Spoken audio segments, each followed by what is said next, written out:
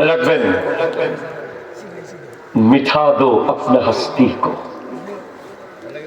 अगर कुछ मर्तबा चाहो कि दाना खाक में मिलकर गुले गुलजार होता है। আপনাকে কেউ হয়তো বলেছে তুমি কি হয়ে গেছো, তুমি কি করো এমন, তুমি কোন কাবিল হয়ে গেছো। আমার নবীকে তো মানুষ আরবের কাফেররা কি কি বলেছে সেগুলো আমি আপনাকে বলতে পারবো না।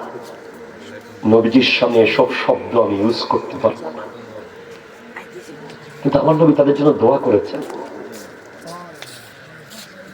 আল্লাহুম্মা ইহদি কওম ফাইন্নাহুম লা ইয়ালামুন।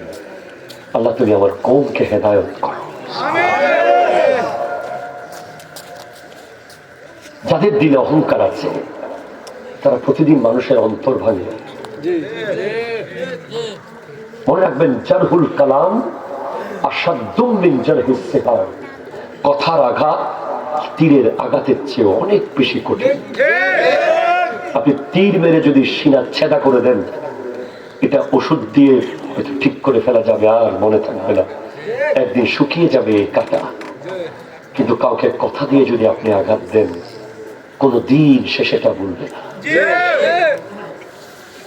এই জন্য কথা বলার সময় আপনি 1000 বার ভেবে বলবেন কি বলছেন। একটা কথা রিপিট দিতে সবাই পারে, কথার পরে কথা বলতে যে কেউ পারবে, যার মুখ আছে সে পারবে, কিন্তু ব্যক্তিত্ববান এবং জ্ঞানী ব্যক্তিরা রিপিট যেখানে সেখানে দেয় না। কারণ কথার যাকাত হচ্ছে, জ্ঞানের যাকাত হচ্ছে মূর্খের কথা সহ্য করা।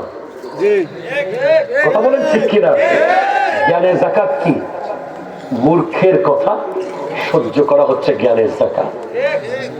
ইমাম আবু হানিফা রাহমাতুল্লাহ আলাইহি বলছেন, পৃথিবীর সব মানুষকে আমি হারাতে পারবো ডিবেট করে, কিন্তু কোন মূর্খ যদি আমার সাথে প্রতিযোগিতায় লিপ্ত হয় আমি তাকে হারাতে পারবো না, আমি হেরে যাব। অহংকার সফলতাকে জায়গায় শেষ করে ফেলবে। এই জন্য খুব ভয় লাগে আমাদের, খুব ভয় লাগে, অনেক ভয় লাগে। কোন সময় আমার আচরণে অহংকার চলে আসছে, খুব ভয়ে ভয়ে থাকি। আগে আমাদের মনে হতো যে আমার সামনে এত মোটরসাইকেল, এত মানুষ, এত কিছু, আরে আমি এত কিছু।